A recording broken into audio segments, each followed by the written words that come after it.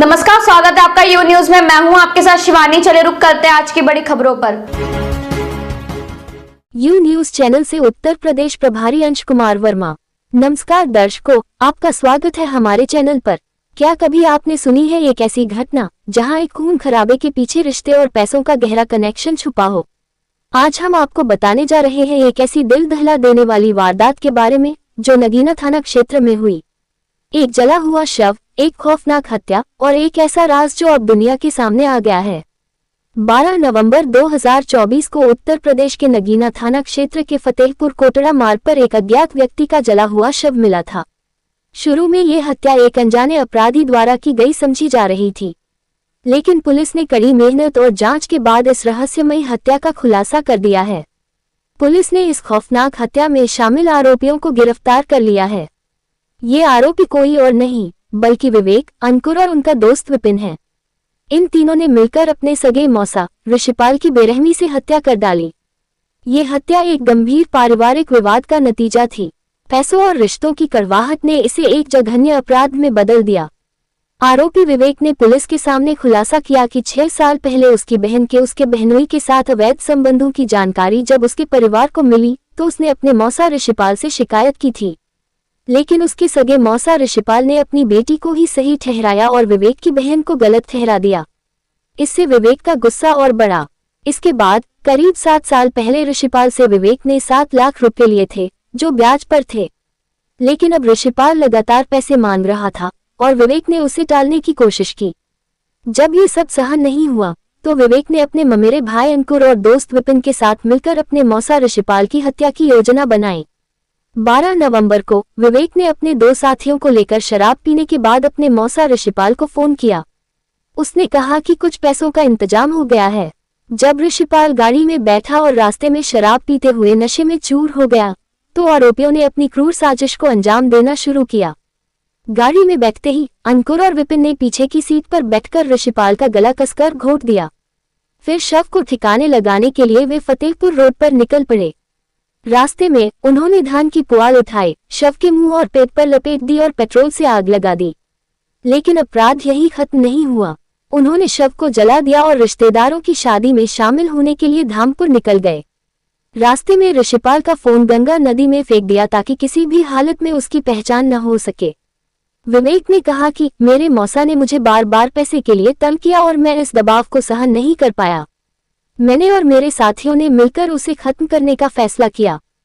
Police ने विवेक और अंकुर को गिरफ्तार कर लिया है, लेकिन तीसरे आरोपी विपिन की तलाश जारी है।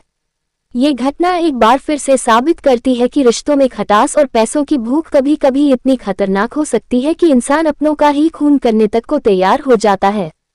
इस दिल दहला देने वाली घटना पर आपकी क्या राय है? कमेंट में जरूर बताएं और अगर आप ऐसी और चौंकाने वाली खबरें देखना चाहते हैं तो हमारे चैनल को सब्सक्राइब करें।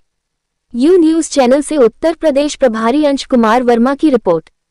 दिनांक 13/11/24 को जो पुरैनी से कस्बा कोटला को मार्ग आता है उसमें फतेहपुर के सिवान में जो पुलिया के पास में जो है एक जली अवस्था में एक शव मिला था। जो है बाद में इनकी जब उस समय शिनाख्त नहीं हो पाई थी, काफ़ी प्रयास करने के बाद इसकी शिनाख्त ऋषिपाल सनात रघुनाथ निवासी पिपलसाना थाना धामपुर के रूप में हुई। जो है इसके बाद इस घटना के अनावरण के लिए टीमें लगाई गई। इसमें एसओजी भी लगी, सर्विलांस की टीमें भी लगी और थाना नगीना की टीम लगी। जो है और उच्चाधिकारी गणों द्वारा भी इसका मौका मुआयना करके और इसको घटना को बहुत गंभीरता से लिया और घटना के शीघ्र अनावरण के निर्देश दिए गए, जिसके क्रम में जो गठित टीमें थी इसका जो है उनके द्वारा प्रयास किया गया और इसमें 3 लोगों का नाम प्रकाश में आया। विवेक चौहान सनाब ब्रह्मपाल और अंकुर चौहान सनाब कृष्णपाल सिंह, तीसरा विपिन सनाब रामचरण सैनी। ये आजाद नगर कॉलोनी कस्बा नगीना मंडी समिति के पीछे है जो है मोहल्ला, वहीं के रहने वाले हैं। इसमें विवेक चौहान जो है वो मृतक जो है जो ऋषिपाल है इनका सगा मौसा है और अंकुर चौहान का वो जो अभियुक्त इसमें है वो फूफा है। जो है ये आपस में रिश्तेदार हैं। पूछताछ पर इनसे जो बातें खुल करके आई उसमें ये था कि इन लोगों ने इसका विवेक का जो है जो इसका मौसा है मतलब मौसा लगता है मृतक, उस पर इसके 7 लाख रुपए बकाया थे। जो है जो इन्होंने पहले करीब 7 साल पहले रुपया दिया था और यह दिया था कि उनको व्यापार कराएंगे, लेकिन इन्होंने व्यापार नहीं कराया और पहले शुरू में इन्होंने कुछ ब्याज के रूप में रुपए देते रहे, लेकिन बाद में वो भी बंद कर दिया। और पुनः जो है इसका जो मृतक है उसकी जैसा कि अभियुक्त ने बताया अपने पूछताछ में कि जो इसका मृतक की पुत्री है उसके विवेक के बहनोई से कुछ अवैध संबंध थे, जिसके कारण उसकी बहन का घर बर्बाद हो रहा था, जिसकी शिकायत भी उसने अपने मौसा। इन सब चीज़ों को लेकर के इन पे आक्रोश था और प्लान के तहत इन तीनों लोगों ने जो है मृतक ऋषिपाल को जो है बुलाया और एक अननोन नंबर से अपने नंबर से फ़ोन ना करके अपना नंबर ये प्लान के तहत अपने मोबाइल घर पे छोड़ दिए और जा करके अपना एक शराब के ठेके के सेल्समैन के मोबाइल से इन्होंने फ़ोन करके अपने उसको बुलाया कि पैसा तैयार है आ जाओ। तो उसको पैसा देने के बहाने बुलाया और फिर गाड़ी में बैठा लिया और जहाँ इन लोगों ने रास्ते में उसका गला घोट करके हत्या किया।